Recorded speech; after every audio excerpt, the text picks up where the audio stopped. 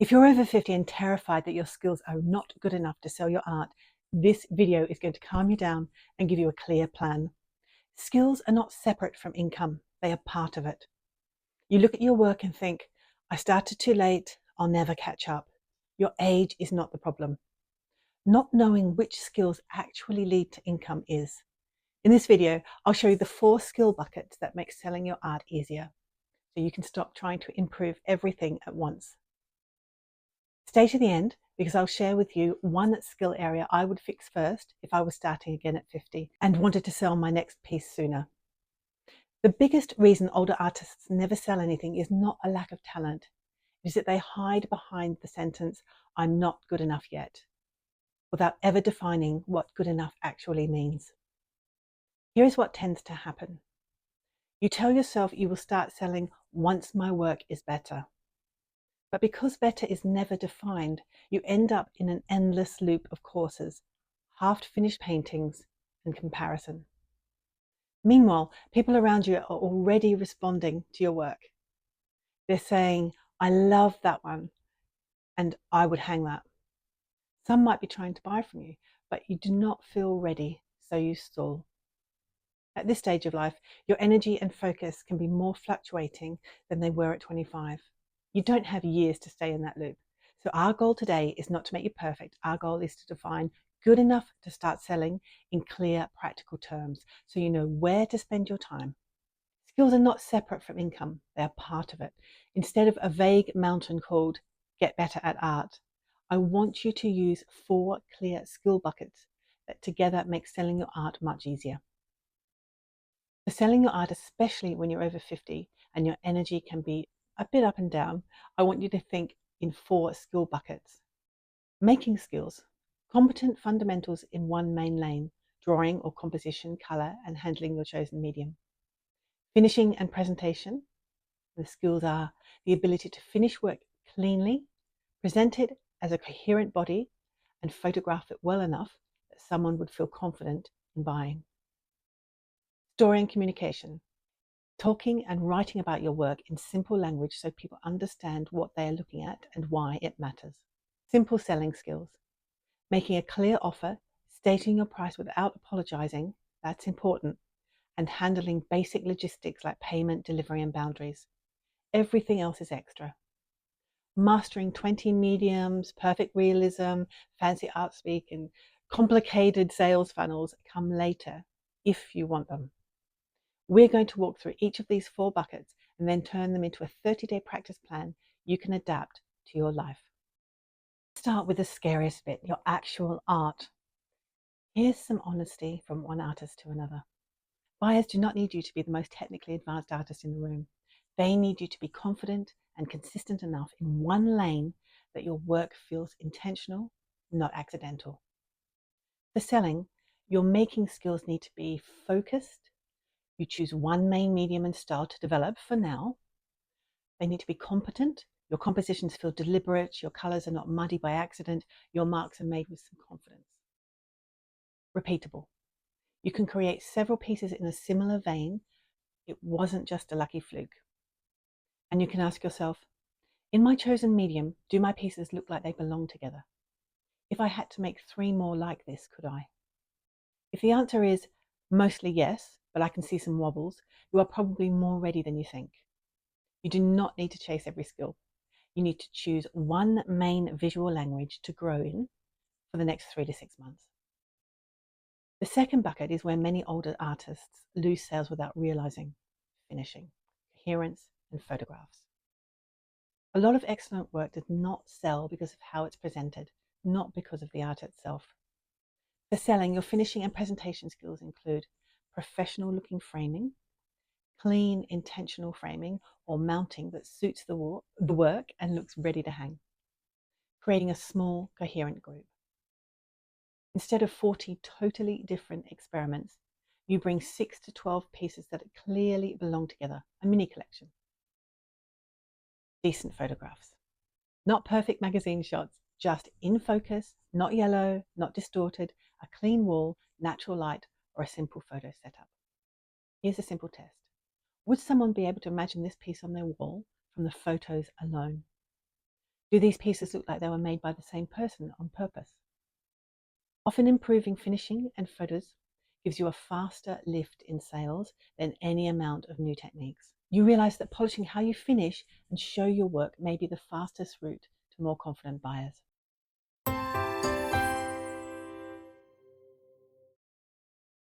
The third bucket is the bridge between your work and a buyer's heart, how you talk about it.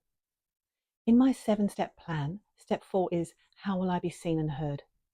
If you've already watched that video and worked through the prompts, you will have started defining the core story behind your work, the language and tone, where and how you communicate with your buyers.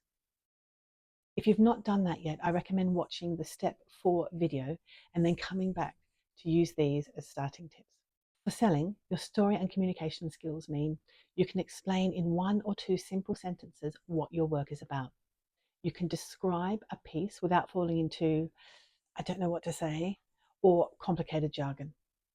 You can write a short caption or description that connects your art to something your ideal buyer cares about. To get started, you can try, if I showed this piece to a friend, how would I explain it in plain language?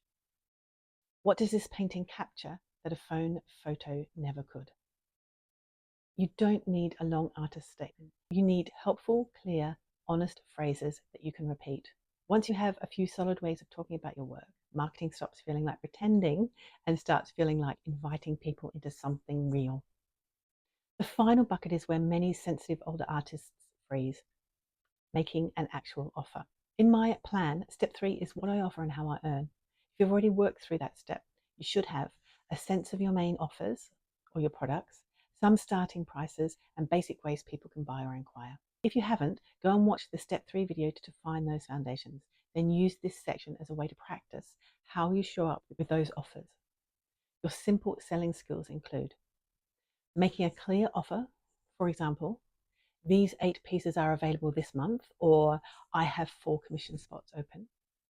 Stating a price without apologizing. That's important. Saying this piece is 280 instead of it's 280, is that okay? Basic logistics. Knowing how you take payment, how you package and deliver your work, and having a simple agreement for commissions. Ask yourself, if somebody liked my work today, would I know what to say next? Do I have simple processes for taking payment and delivering the piece? If not, that is a skill gap you can close. It's learnable. You don't need to become a pushy salesperson. You just need to have it to be clear and kind. You can see that selling is not a personality trait you were born without. Now that you know the 4 buckets, let's turn this into a simple 30-day plan you can plug straight into your week. In my 7-step plan, step 5, staying organized and sustainable, is where we start shaping your systems and rhythms. And that is where many artists define their first version of a minimum working week. If you already have your minimum working week, because you've worked through my other videos, we are not throwing it out. We are going to focus it. If you don't have one yet, I recommend watching the step 5 video to create that baseline and coming back here to layer this skill plan on top. For the next 30 days, choose one primary skill bucket to focus on based on where your biggest gap is. Here's a simple structure you can use. Week 1, making. Choose one small series, for example, 4 small abstracts or 4 still lives. Commit to finishing 2 to 3 pieces for that series each week. Week 2, finishing and presentation. Take one afternoon to give these pieces professional looking framing or mounting where appropriate. Practice photographing them in a good natural light. Week 3, story and communication. Write 1 or 2 sentence description for each piece in your small series. Practice saying it out loud to one trusted person or into your phone. And then week 4, simple selling. Decide where and how you'll offer this little series, offline or online. Make one clear offer with a price and a simple way to say yes. If 30 days feels too fast, keep the same plan and stretch it over 60. What matters is that your practice is aligned with selling and not random. Let me answer the question I know some of you are thinking. If you were starting again at 50 and wanted to sell your next piece as soon as possible, which skill bucket would you work on first? If I was starting again with my experience and my life as it is now, I would choose finishing and presentation first. Not because making skills don't matter, but because most older artists I work with are already better than they think. A lot of their work looks not ready purely because of the framing, the edges, the photographs, and professional looking packaging of the artwork when it's posted or handed over. Improving those things often leads to faster sales or at least a more serious interest, even without a big jump in technical ability. So for 1 month, I would finish a small series properly, give it professional looking framing and mounting, and take the best photos of my work that I can. I'd write simple descriptions and then make a clear offer for my mini collection. You might choose differently. If your work is very early, you might focus on making skills first. If you're already finishing well, you might jump straight into simple selling. The key is pick one bucket to prioritize and let the others be good enough for now. If this has helped you see your skills in a clearer, kinder way, I would love to know where you're starting from. Tell me in the comments how old you are and which skill bucket are you going to focus on first? Making, finishing, story, or selling? Next, if you want to deal with the fear and visibility side of all of this, watch my next video in this series where we talk about why artists over 50 hide their work and how to build the confidence to share and sell it. If you want my full 7-step plan for artistic success in one place with prompts and checklists designed specifically for artists over 50, there's a free resource waiting for you. The link is in the description below. And if you're ready for more personalized support to build a calm, sustainable art business in midlife, you can find details of my coaching and other resources, and they're in the same link below. It's my voice. Oh, stiff as a board. All right, let's go. Oh, goodness. Can't get my words out today. Must be because it's freezing. Who knows? I don't think so. No. Maybe someday you'll have